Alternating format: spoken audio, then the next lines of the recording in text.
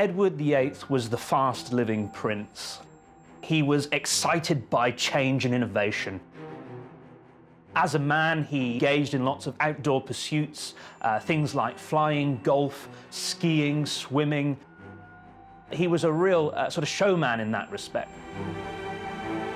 Edward fulfilled his duties as a prince, as a young man, as the Prince of Wales, incredibly well. He was good-looking, he was charismatic, he was dashing. The people adored him. As a dutiful son, he took time out to perform the necessary functions of the royal family, according to the wishes of his father. But even in those earlier years, he showed no great love for the upcoming office of ruling monarch. Shown here addressing Parliament not long before his death, felt sure that his son would outgrow this early unrest and be prepared to accept the responsibilities inherent in the high office of King of the British Isles. The relationship between Edward and his father, George V, was particularly fraught. The two men did not see eye to eye. Edward had a very specific way of doing things. He wanted to do things differently.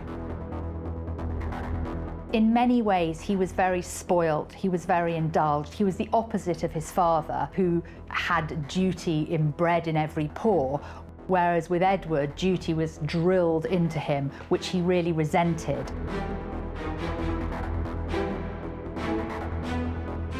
George, on the other hand, was old-fashioned, backward-looking. He was always on his son's back as well, checking in on him, wanting to know and get updates as to what it was his son was doing. Edward didn't like this invasive behavior from his father, and the two fell out about it. He wanted to be more spontaneous. He definitely was more modern. He went against the grain of his upbringing, the establishment, his background. But I would say also that he was very petulant, he was impulsive. When I think of Edward growing up, I actually feel incredibly sad for him, because I think he was a very sensitive boy who wanted his mother's love and really did love his mother to the end, but had total emotional neglect. There is this loneliness about him. He knew that there was increased media attention focusing on him, also what was going on in terms of his private life, and he knew he had a role to play, that he was expected to perform. He had lots of relationships, and they all tended to be with married women, which of course drove his family mad and raised concerned eyebrows at court.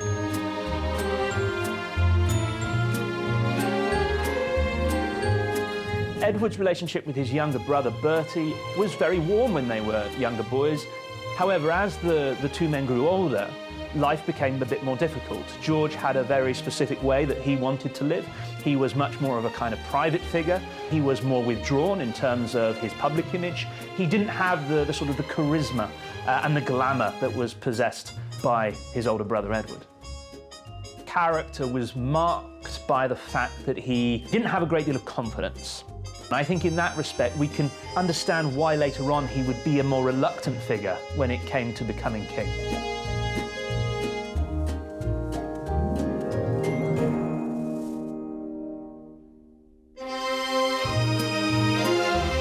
The prince met Wallis Simpson at the House of Friends in early 1931, only a few years after her divorce from U.S. Navy pilot Earl Winfield Spencer. She'd resettled in London with her second husband, maritime broker Ernest Simpson. Wallis Simpson came from a very well-bred American family. She was very well educated. She went to a very good all-girls school, Oldfields in Baltimore, and she was very well read. She's very, very bright, Wallis. By his own account, the first meeting between the future lovebirds was completely unremarkable. Wallis was suffering with a cold. Edward wrote in his memoir, she was not feeling or looking her best, and their stilted conversation turned to the dreaded topic of the weather. However, their social circles brought them together again, and by the time Wallis Simpson was presented to the court later that year, The prince found himself struck by the grace of her carriage and the dignity of her movements, adding, "I looked upon her as the most independent woman I had ever met, and presently the hope formed that one day I might be able to share my life with her."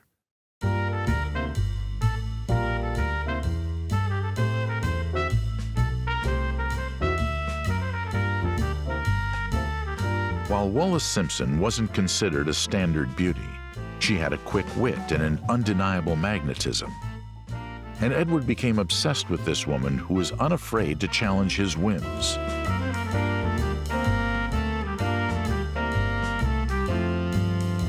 On her end, here was the dashing Prince of Wales, the most eligible bachelor in the world, making her the center of his royal attention, and she was swept up in the romantic intrigue.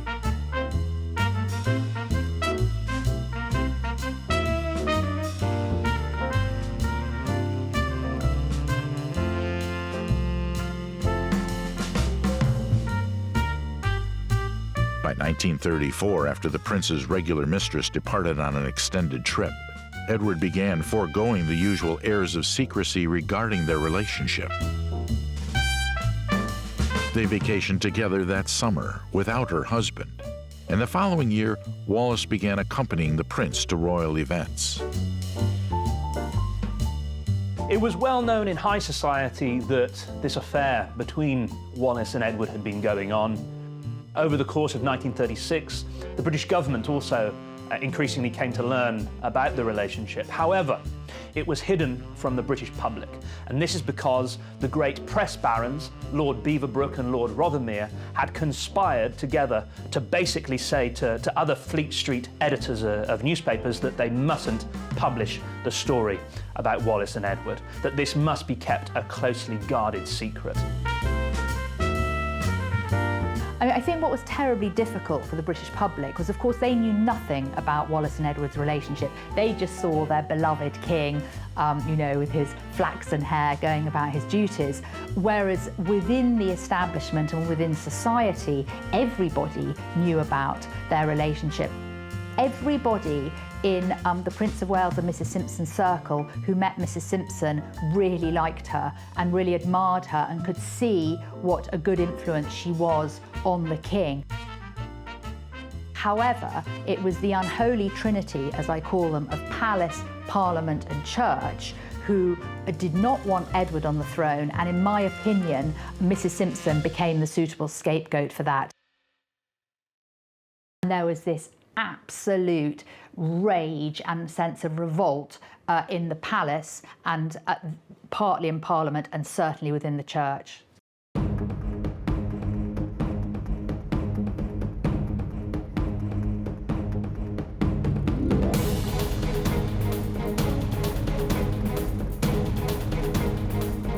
King George V and Queen Mary were not happy with the presence of that woman, as Wallis was derisively known. But virtually everyone connected to the prince seemed to believe that his infatuation with the American would eventually pass, not grasping that he was determined to make her his wife. There are a number of reasons why the British intelligence service were spying on Edward and Wallis. Wallis was rumoured to have had liaisons with foreign government officials. The court was so desperately worried about the influence of this American woman, about whom they knew very little, on Edward. Well, people didn't know about who Wallis Simpson was. The country knew nothing because there was this press moratorium and they obviously weren't in the royal milieu. And those in the royal milieu, her friends, really liked her. They saw that she was witty, that she was warm, that she was fun, that she made the Prince of Wales happy. So I think there's a huge gulf between the woman Wallis was, the woman her friends knew, and then later public opinion. She did not bleat to the press, as would happen nowadays. She went through the whole scandal of the abdication. She became the most hated woman in the world, and somehow she kept to herself, to her truth, to her centre. There was a lot of pressure on Edward to either give up the throne in order to marry the woman he loved, or give up Wallis Simpson. And that pressure came from, notably, Prime Minister Stanley Baldwin. There was also a lot of pressure coming from Cosmo Lang, the Archbishop of Canterbury, who advised both Baldwin and Edward that it would be very unbecoming for Edward to stay on the throne and marry this woman who was twice divorced.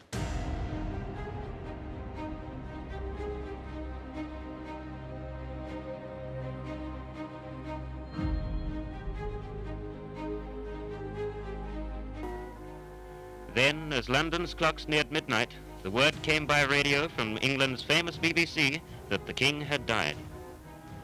Dawn finds London with all flags at half-mast. The busy theatre districts are deserted, with even the cinemas closed, and in many cases, houses of business as well. At Buckingham Palace, thousands stand silently in token of their grief. There is no disorder, but from time to time, the mounted police find it necessary to push back the first lines. With crepe on their colors, the guards follow the ancient military formalism to the last detail.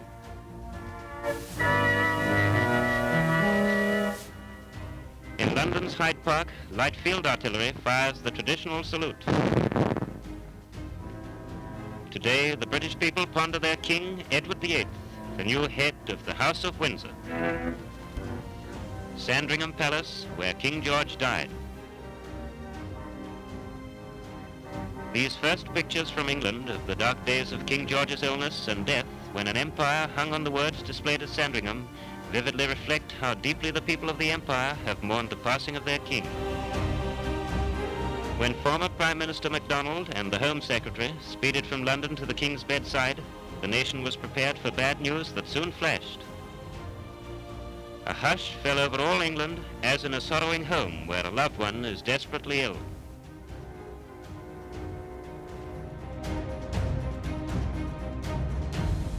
On the evening of January 15, 1936, King George V took to his bedroom at Sandringham House, complaining of a cold. He remained in the room until his death. He became gradually weaker, drifting in and out of consciousness.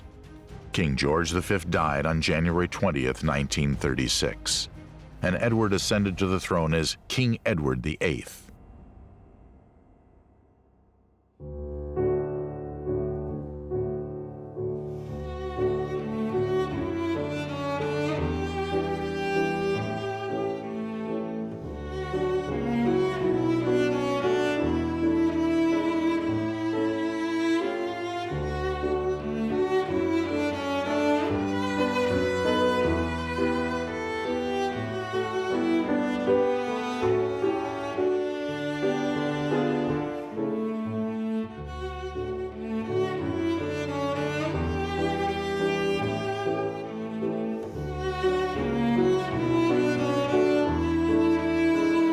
The next day, accompanied by Wallis Simpson, he broke with custom by watching the proclamation of his own accession from a window of St. James's Palace.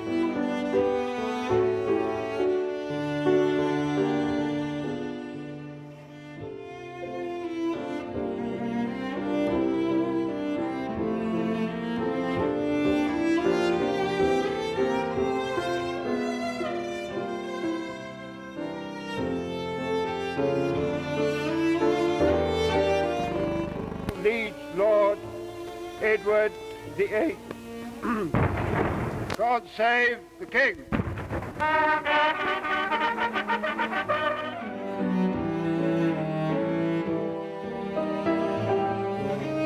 As feared by royal aides, Edward showed little interest in any sort of day-to-day governorship.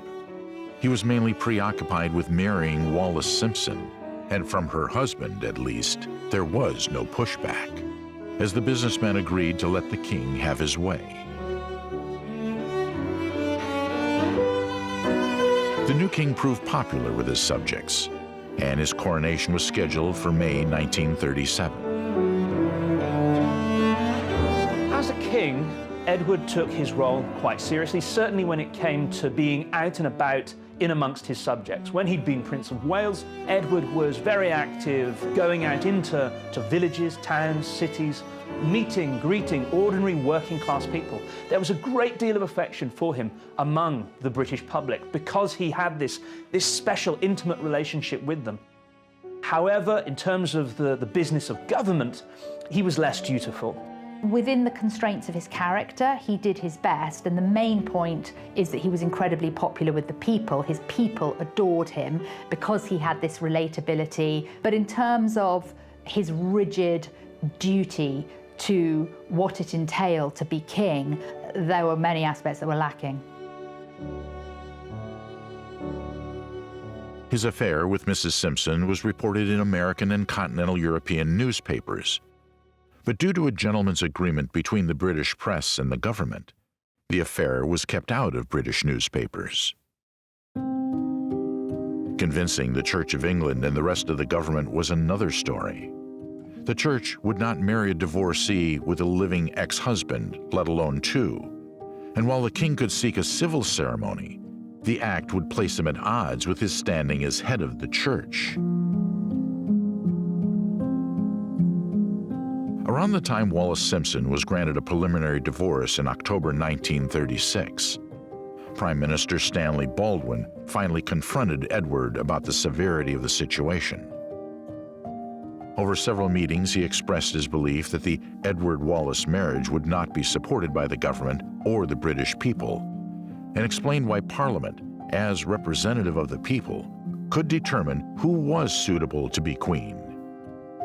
There was definitely pressure for him to abdicate from Stanley Baldwin. I mean, Stanley Baldwin saw this as, you know, an event to rejoice over, I think, despite all that was said. I mean, he was the ultimate snake in the whole system.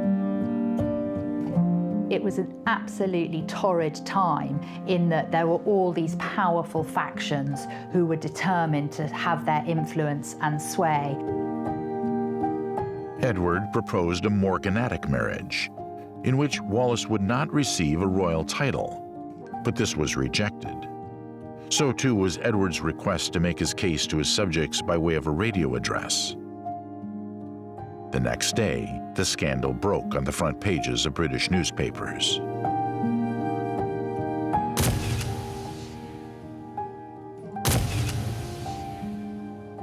The public's reaction to the announcement of this news of the affair was one of shock and surprise. How could this news have been kept from them for so long? They adored this man, they put their faith in him, they all wanted him to marry, and such was the public's affection for Edward that in fact there were many discussions, especially with Wallis, well, could he give an address to the people? And if the people could understand that he loved this woman and he genuinely felt he could not be a good king without her, then they would understand.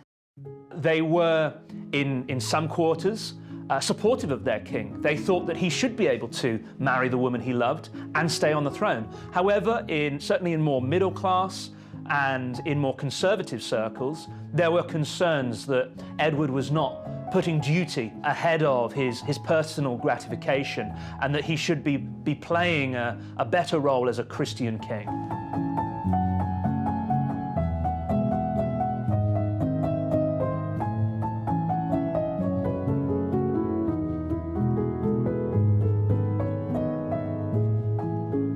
My opinion of the king, he should marry who he loves. He's been a good chap to the working class. That's my opinion of him. Quite apart from the fact that she isn't of noble blood, Mrs. Simpson has twice been in the divorce courts. To my mind, that completely rules her out as Queen of England. The nation is behind him, and we must not lose him. Edward always knew that abdication was a possibility.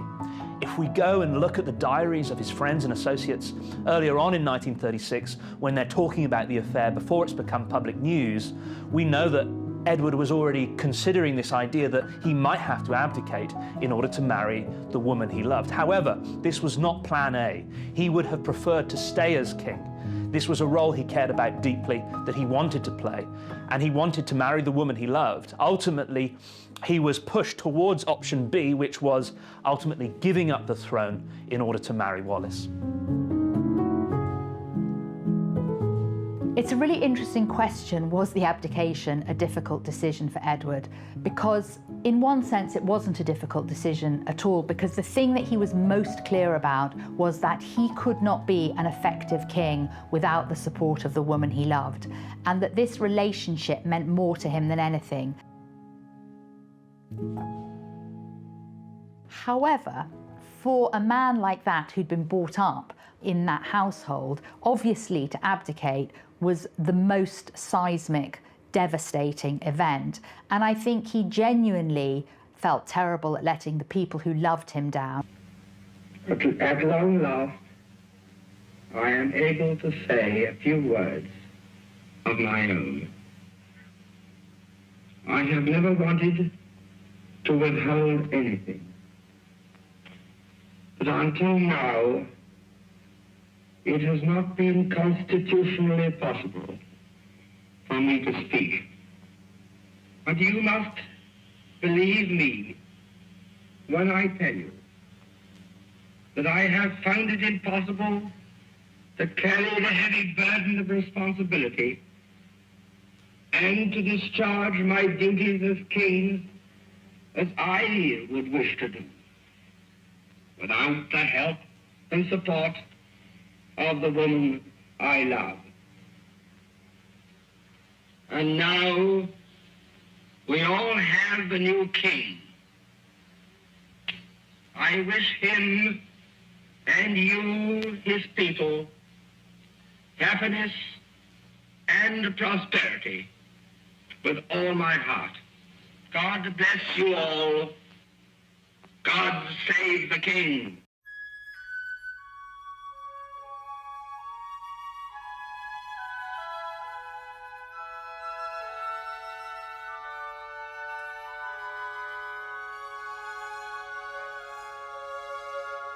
He left the country a few hours later, ending a 325-day reign that brought the storied British monarchy to a crossroads.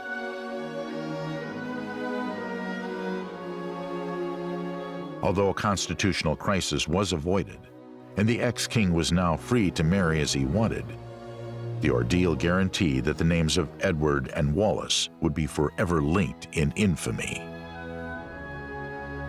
Initially, Wallis did not want Edward to abdicate, but as the scandal grew and grew, she realized that it was essentially going to be her or the crown. He couldn't have both. Wallis tried repeatedly to prevent Edward from abdicating, and she wanted to go away, and she kept saying, she wrote to friends, I just could slip away and quietly fold my tent, and she wrote to Edward and said, look, you can be a really effective king and I shall watch you with pride from afar. She was anxious that she had become this sort of scandalous woman at the center of this story, and she didn't enjoy the attention.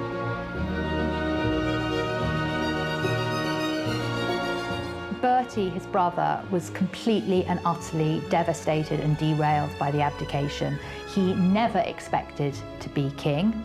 He didn't feel that he had the wherewithal to be king. He was the absolute antithesis of his brother. His brother was sophisticated, glamorous, dashing, confident, good with people. Here was Bertie, anxious, stuttering. You know, you couldn't have a greater contrast. He begged Edward not to abdicate. He said, please, you know, don't do this to me.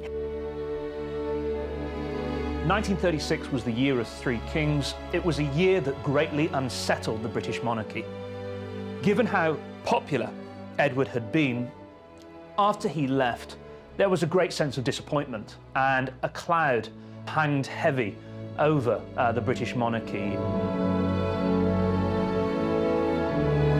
We know that Bertie, as Edward's younger brother, was very anxious about becoming king. He wasn't a public figure on the same level as his brother had been. He wasn't very good in front of the cameras. He struggled to make speeches. He was a reluctant monarch in that respect, and he knew that becoming king would mean that he had to put his home life, his family, on the back burner, that he had to embrace duty, responsibility now first and foremost. For royal families, as for the rest of us, life has its times of sorrow as well as joy. with this royal family, the British peoples have shared both. To the king, who in his own words now enters upon a new life, and to his charming queen, Britain and Empire wish many years of happiness. Long may they reign. God save the king.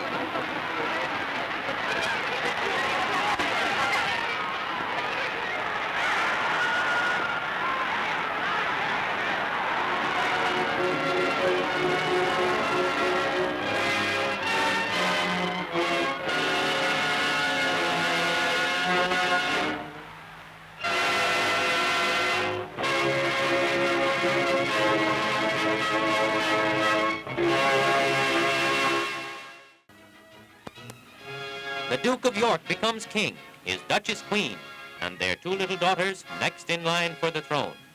Britain rejoices again, and today, for the first time, radio brings a new king's coronation message to the world. Never before has a newly crowned king been able to talk to all his peoples in their own homes on the day of his coronation. And the Queen and I will always keep in our hearts the inspiration of this day. Thus royalty endures in the greatest empire ever known. To Elizabeth, the 36-year-old queen, to the Queen Mother Mary, and to her second son, now king, go the empire's love and devotion.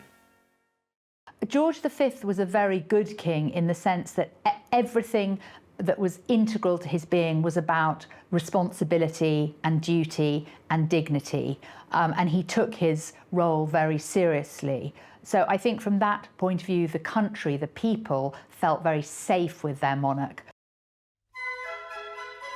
George VI's coronation on May the 12th, 1937 was overshadowed really by the abdication of his brother 7 months previous, and also the continued sort of speculation about the relationship involving Edward and Wallis. George was not a very popular king. He had been really out of the limelight in contrast to his older brother, and there was a lot of public disaffection with the monarchy in the first years of George's reign. Certainly there were a lot of comments recorded on the morning of the coronation by investigators that went out into Britain's towns, cities, notably also London, and they recorded members of the public talking about how they were sort of uninspired by the new king, how they worried about his psychological preparedness for the role. They were concerned about his stammer, whether he had the health to sustain himself as king. There was a sense here that the king was something of a damp squib, and that the event overall wasn't as magnificent as it could have been had it been that Edward was being crowned.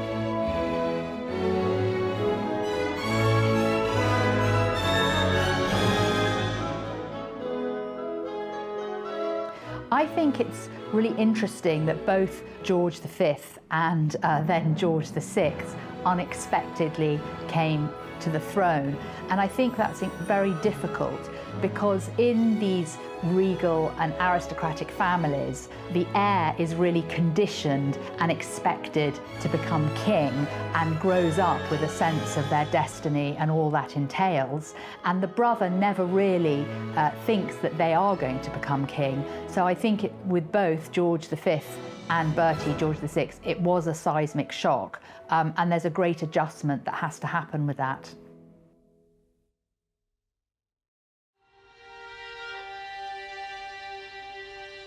George VI approached his role as monarch seriously, with a sense of duty and diligence.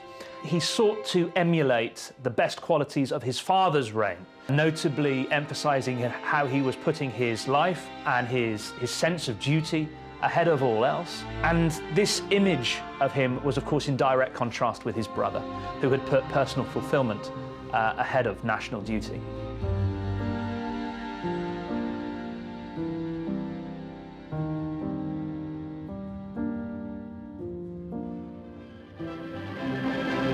"25 years ago, the romance of the century reached full flower at a castle in Mans, France. There, the king who abdicated his throne married the woman he loved. The Duke of Windsor and Mrs. Wallis Warfield Simpson, the king and the commoner, became man and wife. The Duke had succeeded his father, King George, on the throne of England until, in a speech beginning with the famous words, "At long last," he gave up his throne rather than give up marriage to Mrs. Simpson. It was a romance that rocked the empire, but it thrilled the world, and every step of their honeymoon received full... Edward, the king who gave up his throne for love, is now enjoying his honeymoon far from the pomp and circumstance which surrounded him as ruler of the world's greatest empire. His was the first voluntary abdication in 1,000 years of British history, an abdication he explained to his far-flung empire in the most dramatic and heart-rending farewell ever broadcast. But you believe me, when I tell you that I have found it impossible to carry the heavy burden of responsibility without the help and support of the woman I love. On June 3rd, the world waited at the gates of the heavily guarded Chateau de Cannes for the news that the greatest royal courtship of all time had reached its climax, the wedding of the Duke and Duchess of Windsor. The ceremony took place in the ancient chateau that symbolized the romance of royalty in the days of old. The Reverend Jardine, the clergyman who defied his superiors to perform the wedding service of the Church of England for his former king, is rushed to the chateau in the car which Edward sent to the station to meet him. Mayor Charles Mercier of Mons, whose civil ceremony actually united the Duke and Duchess, poses with his badge of office, the tricolour sash of France. As the aged gatekeeper toasts the newlyweds, the Duke and Duchess appear to have their wedding pictures taken. Here comes the bride to join Edward in the happiest moment of their lives. The former Baltimore belle wears a gown and jacket of the now famous Wallis blue, a light shade especially designed for her. Like all other newlyweds, they feel a bit self-conscious, with the press recording the wedding of the man who surrendered the greatest throne in the world for the woman of his choice. At 41, she is the popular June bride of the man described for so many years as the world's most eligible bachelor. Now a 43-year-old bridegroom.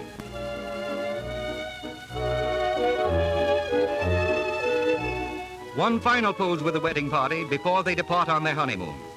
And like a prince and princess in storybooks, the world hopes Edward and Wally will live happily ever after.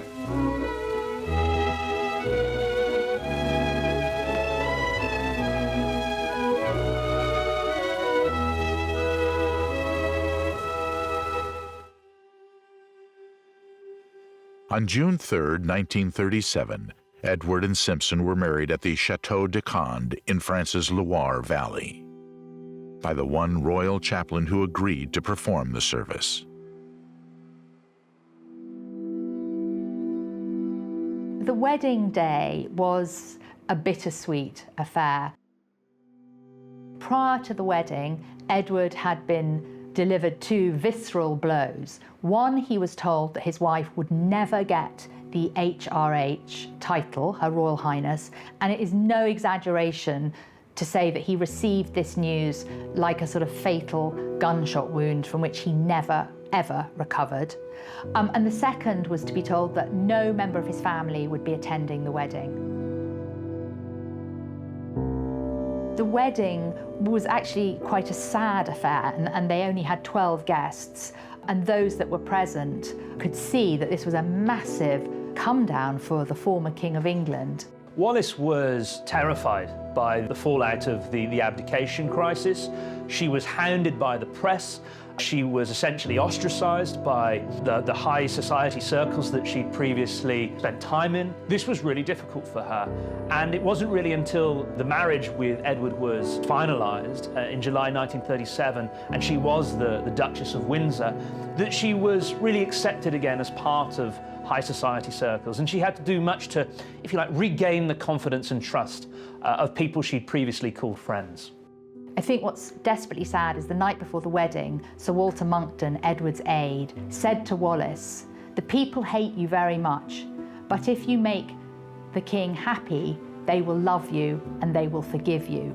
Well, actually, for 35 years, every single day after the wedding, she did her best to fulfill him, to make him happy, and she genuinely did make him happy, and yet the court of public opinion never forgave her.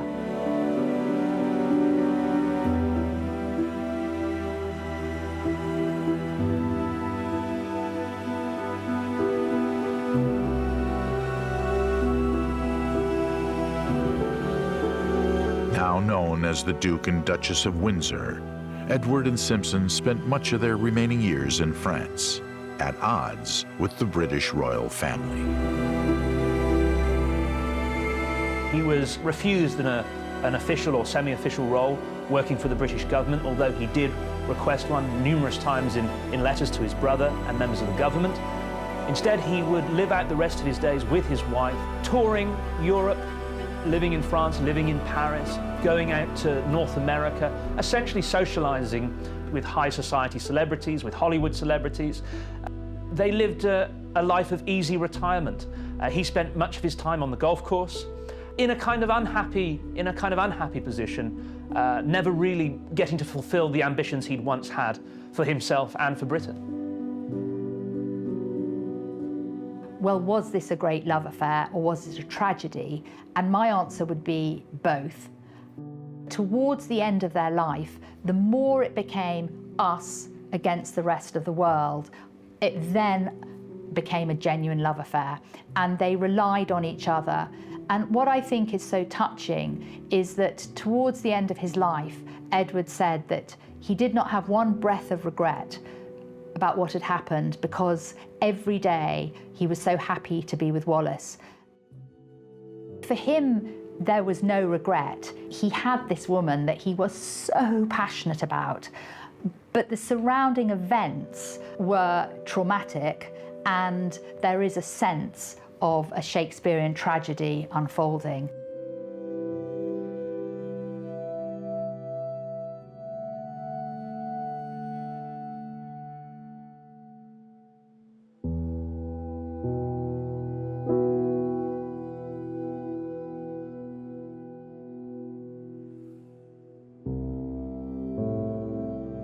He announced his decision to abdicate in a farewell broadcast heard by 150 million people around the world. The radio message put an end to the crisis in England that began when the king announced his marriage to an American divorcee, Mrs. Wallis Simpson. Parliament passed a special bill legalizing the abdication.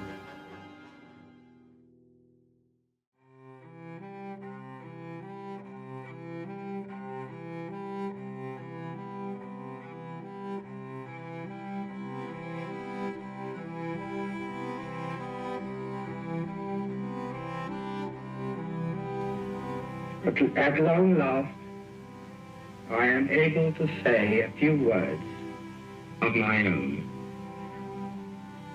I have never wanted to withhold anything. But until now, it has not been constitutionally possible for me to speak. But you must believe me when I tell you that I have found it impossible to carry the heavy burden of responsibility and to discharge my duties as king as I would wish to do, without the help and support of the woman I love. And now we all have the new king. I wish him and you, his people, happiness and prosperity with all my heart. God bless you all. God save the king.